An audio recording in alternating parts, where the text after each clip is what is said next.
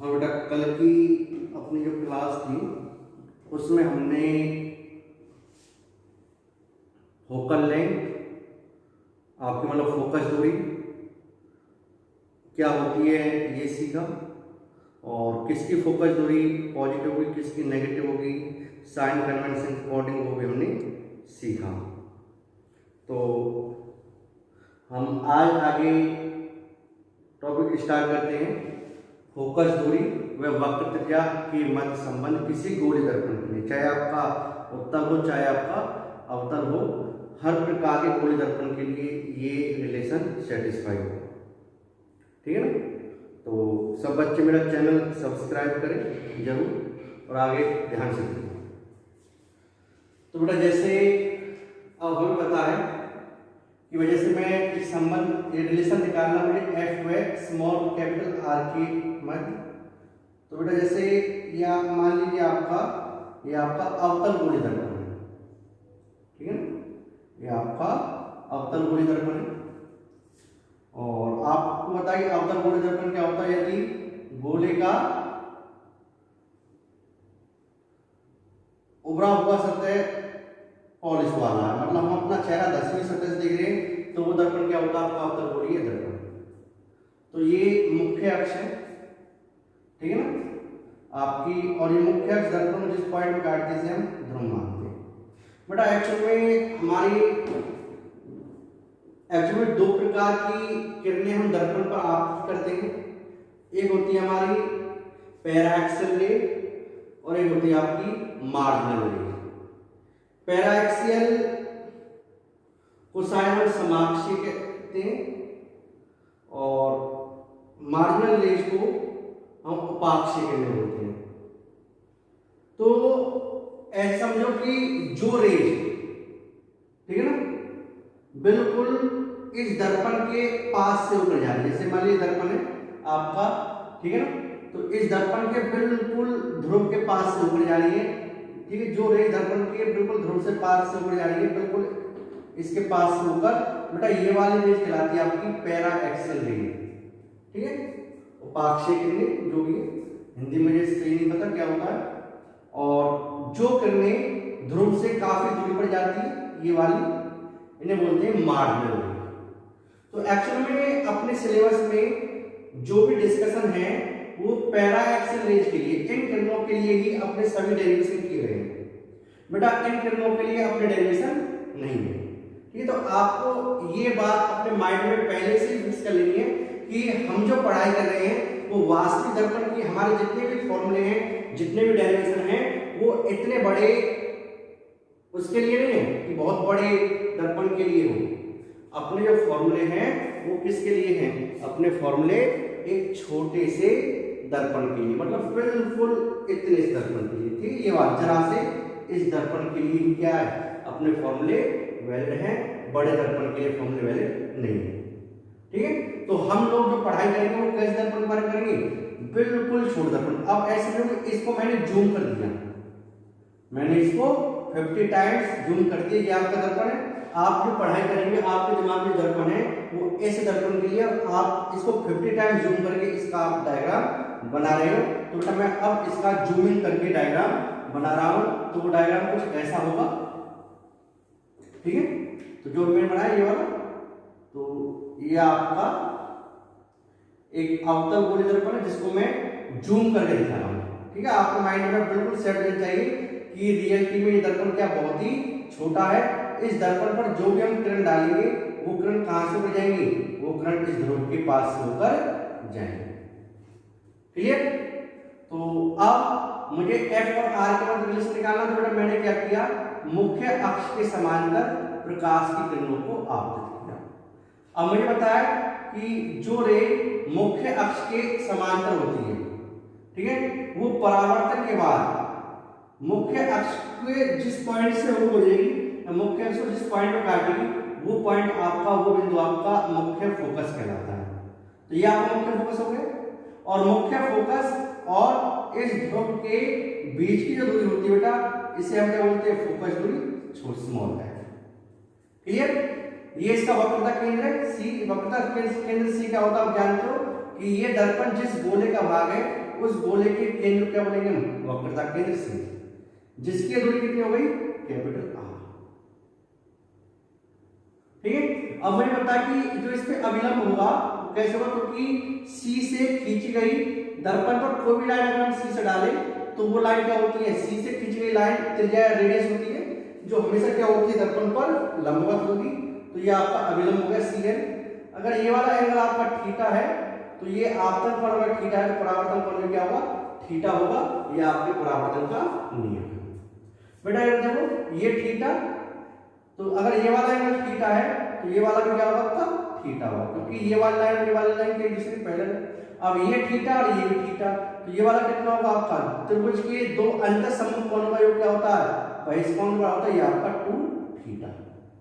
अब इस कैलकुलेशन को थोड़ा सा इजी करने के लिए मैंने क्या किया, ये हमारा मान लीजिए पॉइंट ए है, इस पॉइंट ए से एक अभिलंब ए एम इस पर मैंने डाल दिया। ठीक है, इसके पीछे कारण क्योंकि अपने जो फॉर्मूले होते हैं, अपने जो जैसे sine theta, cos theta, tan theta, ये एक परपेंडिकुलर ट्रायंगल मतलब एक समकोण त्रिभुज के लिए परिभाषित है। ठीक है, तो इसलिए मैंने यहाँ पर समकोण त्रिभुज बनाने के लिए एक एम, एक लंब एम डाल दिया। अब अगर आप डायग्राम्स देखो बेटा, तो ये आपका पॉइंट सी है, तो अगर मैं डायग्राम दूं तो मैं कहूँ त्रिभुज ए सी एम से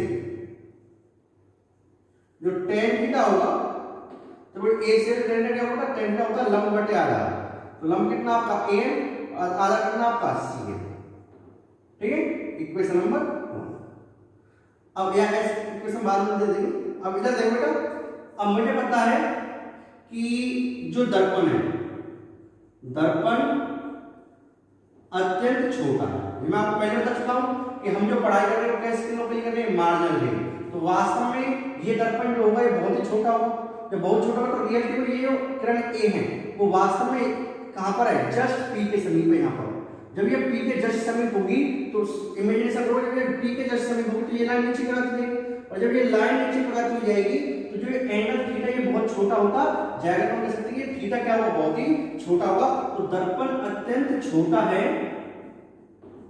छोटा है तो थीटा क्या होगा, थीटा आपका अत्यंत अल्प होगा। और जब आपका थीटा अत्यंत अल्प होगा तो मैं कहूंगा कि जो आपका टेन थीटा है ये लगभग किसके इक्वल होगा, थीटा के इक्वल होगा। ठीक है, tan theta nearly equal to theta.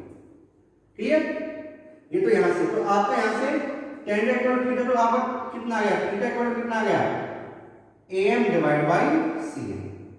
ये इक्वेशन नंबर 1। ठीक है, अब इधर देखो बेटा त्रिभुज ट्रायंगल, अब मैं दूसरा ट्रायंगल लेता हूं AFM, ट्रायंगल AFM, त्रिभुज AFM से ऐसे यहां से tan 2 थीटा, यहां पे कितना 2 थीटा, ये वाला एंगल कितना 2 थीटा, कैसा है, थीटा प्लस थीटा त्रिभुज का बहिष्कोण है, दो अंत समकोण योग के बराबर होता है। तो tan 2 थीटा क्या होगा, लंब बटे आधा, लंब कितना अपना am, आधा कितना बेटा अपना fm। क्लियर, अब वही चीज चूंकि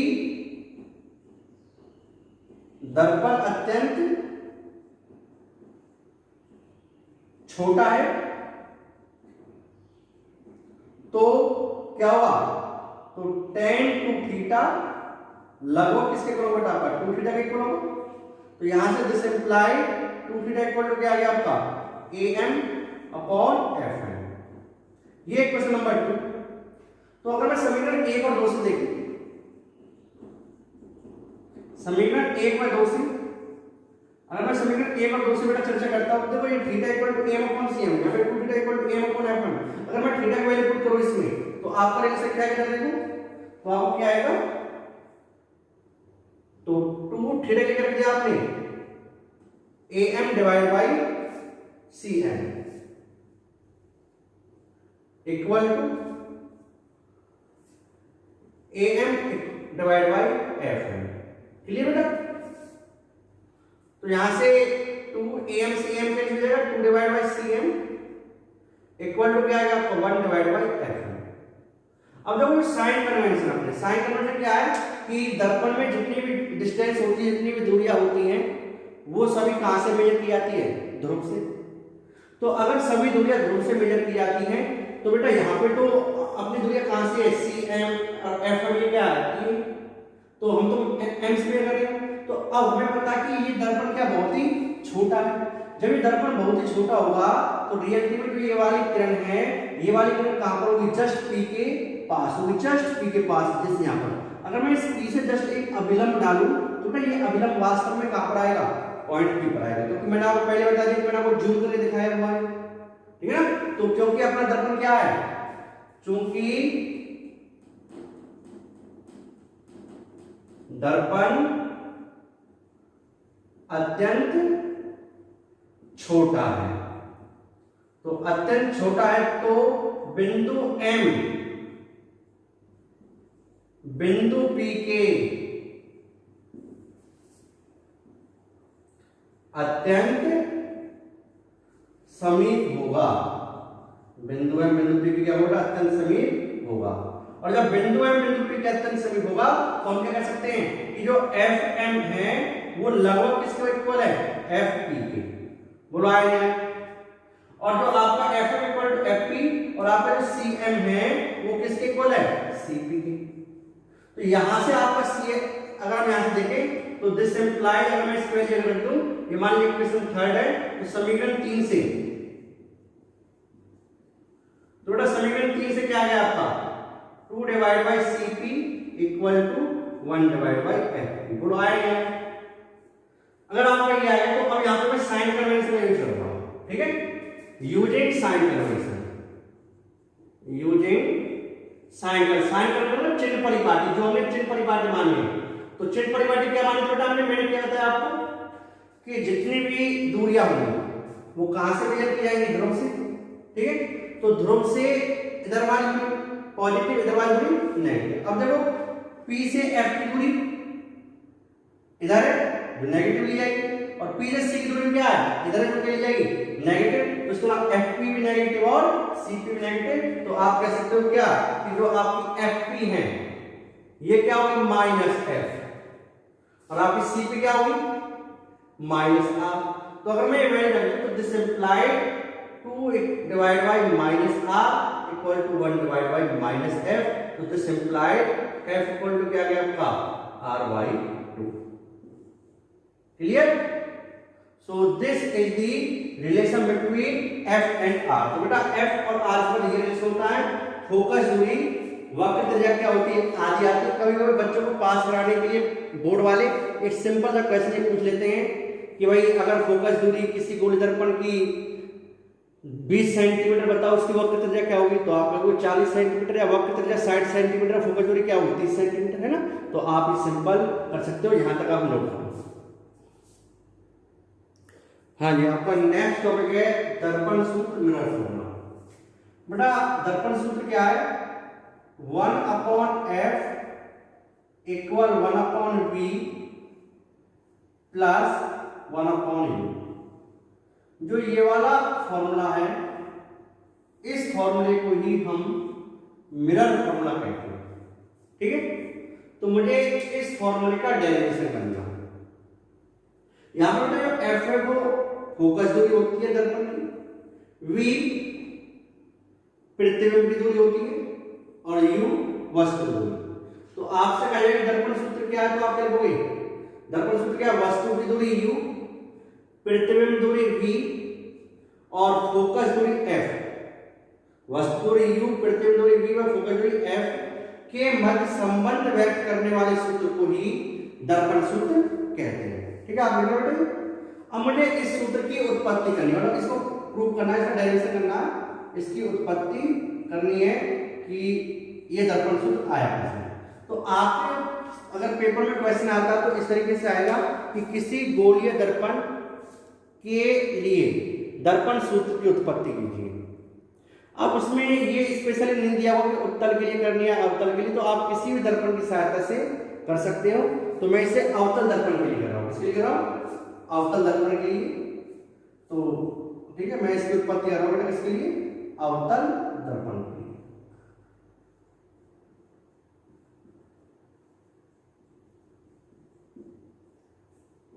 देखो इधर, ये आपका एक अवतल दर्पण है, ठीक है, ये इसका मुख्य अक्ष है, और यहां पर मान लीजिए कोई वस्तु है ए बी, ठीक है, मुझे यू भी चाहिए, वी भी चाहिए, तो इसलिए वस्तु की दूरी परिभाषित करनी पड़ेगी, प्रतिबिंब दूरी परिभाषित करनी पड़ेगी। तो मैं कह रहा एक वस्तु है ए बी जो इसके मुख्य अक्ष पर रख रही है, और बेटा जो दूरी मापी जाती है वो ध्रुव से मापी जाती है, तो इस वस्तु की दूरी कितनी मान ली यहां से यू, ठीक है, ये वस्तु की दूरी है। अब एक ये इसका वक्रता केंद्र मान लीजिए सी।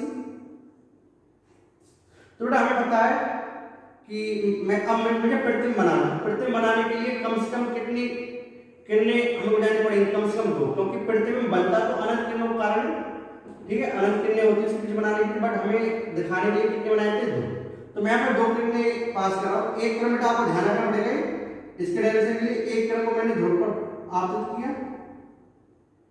तो देखो सी से जो लाइन जाती है अभिलंब कहलाती है, ये जो लाइन है मुख्य अक्ष यही यहाँ पे क्या होगी, अभिलंब होगी। तो ये जैसे आई जितने एंगल से उतने एंगल से बराबर होके चली गई। बेटा दूसरी किरण मैं कहां से डालूंगा, सी से। आपको ध्यान रखना पड़ेगा दूसरी किरण मैंने कहां से डाली है, सी से। जब मैं सी से कोई प्रकाश का दर्पण पे आपतित करूंगा तो बेटा ये देखो ये जो प्रकाश की किरण है ये इस तरह से आई। तो देखो आपको पता होना चाहिए जैसे कोई दर्पण है ये, ठीक है ना, अगर इस दर्पण पर मैं कोई प्रकाश की किरण अभिलंबवत आपतित करता हूं तो देखो अभिलंबवत आपतित करने में नॉर्मल भी है, तो आपतित किरण और अभिलंब के मध्य बना कोण आपका कोण कितना I = 0, तो परावर्तन कोण R की क्या होगा 0। तो सुनो जो किरण किसी दर्पण पर लंबवत पड़ती है वो क्या होती है, जिस पथ से आती है उसी पथ से वापस लौट जाती है, ठीक है ना। तो वही चीज हम यहाँ पर देखेंगे, ये किरण इस तरीके से गई, इससे टकराई और टकरा के ऐसे जा रही है, क्लियर। तो हमें पता है कि जो किरण जिस पथ से है उसी पथ से वापस लौटेगी।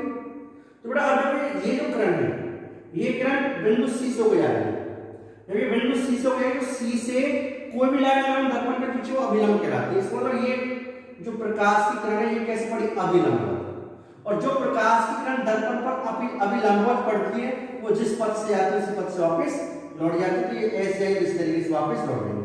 अब ये दोनों किरणें इस पॉइंट पे एक दूसरे को काट लेंगे, तो ये वाला जो पॉइंट है इस वाले पॉइंट को हम बोलेंगे क्या, प्रतिबिंब। तो ये प्रतिबिंब बना उल्टा A डैश और इसका नाम दिया हमने B dash, A dash B dash.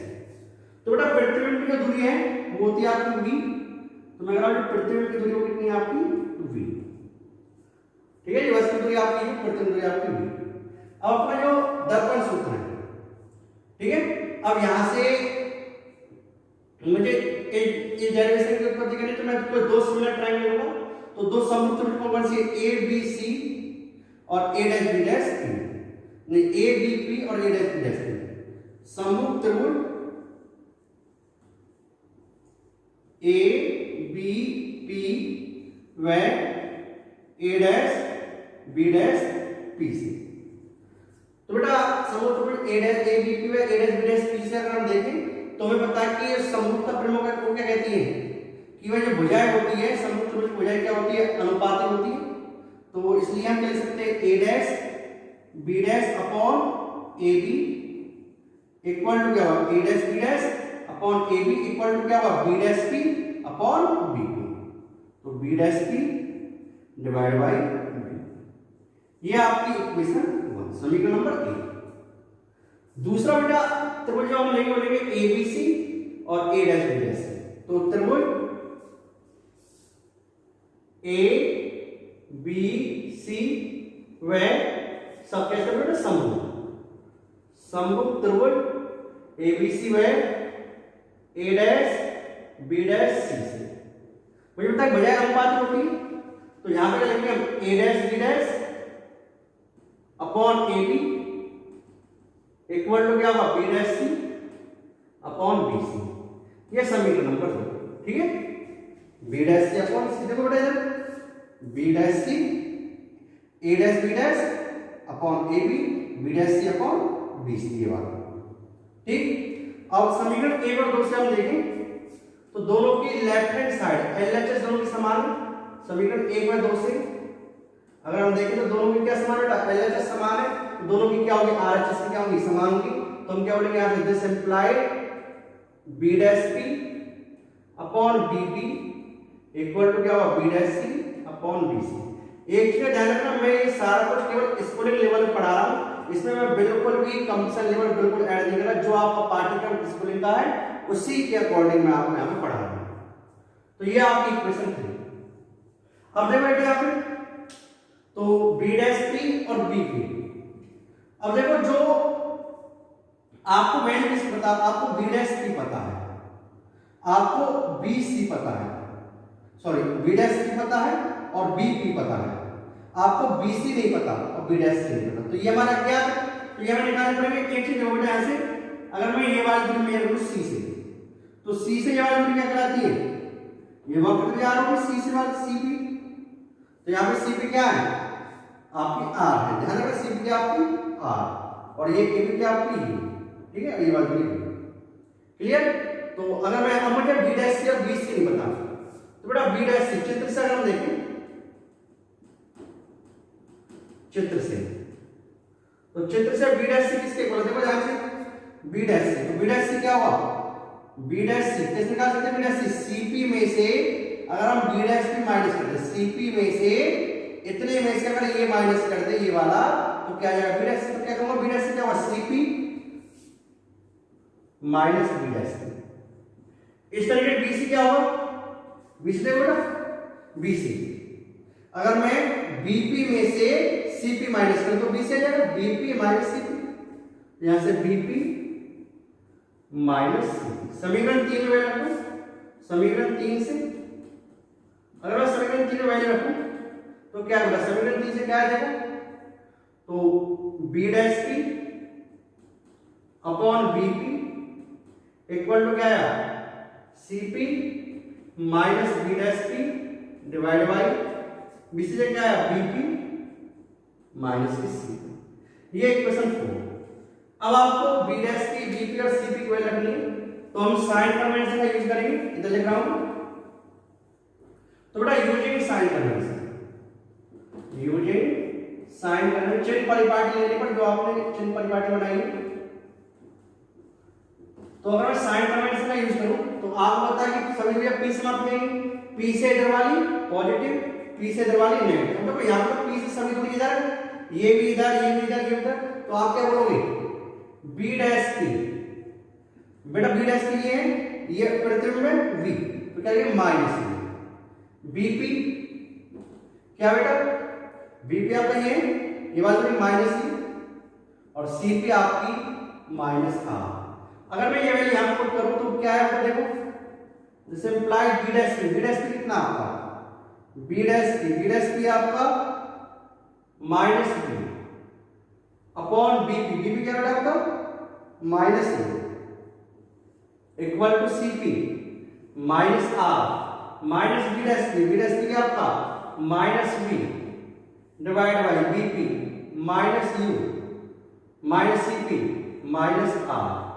तो यहां से minus minus cancel, V upon U equal to क्या हो गया, minus R plus V upon minus U plus R। बेटा क्रॉस मल्टीप्लाई कर दो, वज्र गुणन जिसे हम बोलते हैं, वज्र गुणन करने पर जब मैं इसकी वज्र गुणन करूंगा तो क्या आएगा, minus U plus VR equal to क्या होगा, minus UR plus UV। Clear. तो UV एक तरफ, इसको इधर ले जाओ, इसको ले जाओ, 2VR equal UV plus V 2UV sorry नहीं, हाँ VR plus UR equal to क्या होगा, UV इधर जाएगा 2UV। दोनों ओर किससे डिवाइड करेंगे, दोनों ओर UVR से डिवाइड करो, UVR से भाग देंगे तो बेटा दोनों ओर हम UVR से भाग देंगे, यहां पे लिखता हूं, ठीक है। जब मैं दोनों ओर UVR से इस इक्वेशन को भाग दूंगा तो क्या आएगा, देखो VR divide by UVR plus UR divide by UVR equal to क्या होगा 2uv divide by uv r। देखो vr से vr कैंसिल, ur से ur कैंसिल और uv से uv, तो इधर क्या रहेगा 1 बाई u, इधर क्या रहेगा 1 बाई v और ये क्या रहेगा 2 डिवाइड बाई r। एड आपको पता है कि एड r इक्वल टू क्या होता है, मतलब जब फॉर्मूला नहीं होती तो 1 by v plus 1 by u equal 2 divide by r लिख दिया 2f। तो आपको फाइनली क्या इक्वेशन आ गई 1 by v plus 1 by u equal to 1 by f, और यही फॉर्मूला क्या कहलाता था दर्पण सूत्र। तो यही आपका दर्पण सूत्र है। तो बेटा इसे नोट करो, सिंपल डेरिवेशन है, कुछ भी नहीं है, समरूपता प्रमेय लगानी है, नोट करो इसे। हाँ बेटा आज की क्लास हम यहीं पर कंप्लीट करते हैं, शेष आप कल अपनी रिफ्लेक्शन कंप्लीट हो जाए। कल हम रिफ्लेक्शन पर आपका एक टॉपिक रह गया केवल, और इस पर बेस्ड कुछ न्यूमेरिकल है, तो कल हम न्यूमेरिकल और एक जो आपका टॉपिक रह गया रिफ्लेक्शन पर परावर्तन का, उसे करेंगे और आपका रिफ्लेक्शन कल कंप्लीट हो जाएगा अपना पूरी तरह से। यहाँ तक जो मैंने पढ़ाया उसके नोट्स आप प्रॉपर ढंग से तैयार कीजिए, है ना, ठीक है। जो मैंने लिखा है, जो मैंने बोला, उनके प्रॉपर नोट्स बनाए आप यहाँ पर, ठीक है। और जिन बच्चों ने मेरा चैनल सब्सक्राइब नहीं किया है वो सब्सक्राइब करें। सब्सक्राइब करने के लिए जो आपको लिंक मिल जाती है, उस लिंक के नीचे जो ब्लू कलर वाली लाइन है उस पर आप टच करेंगे तो मेरा चैनल खुल जाएगा, जहां पर आपको सब्सक्राइब का ऑप्शन आएगा। आप सब्सक्राइब करें और इसे ज़्यादा से ज़्यादा शेयर करें। Thank you.